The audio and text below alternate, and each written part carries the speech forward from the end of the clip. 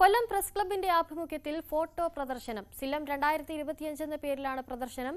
Public library art ഗാലറിയിലാണ് പ്രദർശനം നടക്കുന്നത്.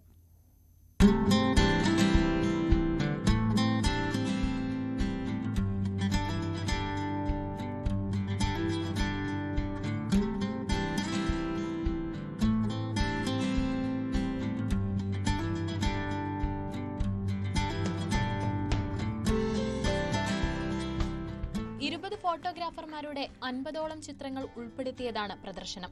IRELന്റെ സഹകരണത്തോടുകൂടിയാണ് 3 ദിവസം നീണ്ടുനിന്ന പ്രദർശനം അടൂർ ഗോപാലകൃഷ്ണൻ ഉദ്ഘാടനം ചെയ്തു.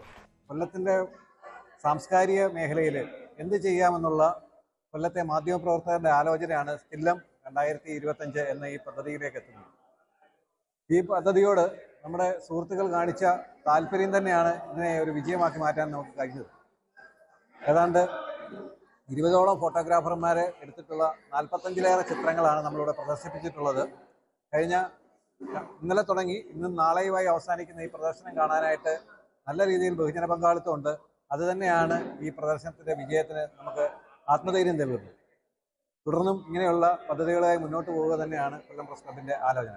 പ്രദർശനത്തിന്റെ ഭാഗമായി സ്കൂൾ വിദ്യാർത്ഥികൾക്കായി ചിത്രരചനാ മത്സരവും സംഘടിപ്പിച്ചു. സിനിമാ സംവിധായകരായ ഷാഫി കബീർ, ദിനേഷ് പോത്തൻ എന്നിവരും പ്രദർശനം കാണാൻ എത്തിയിരുന്നു.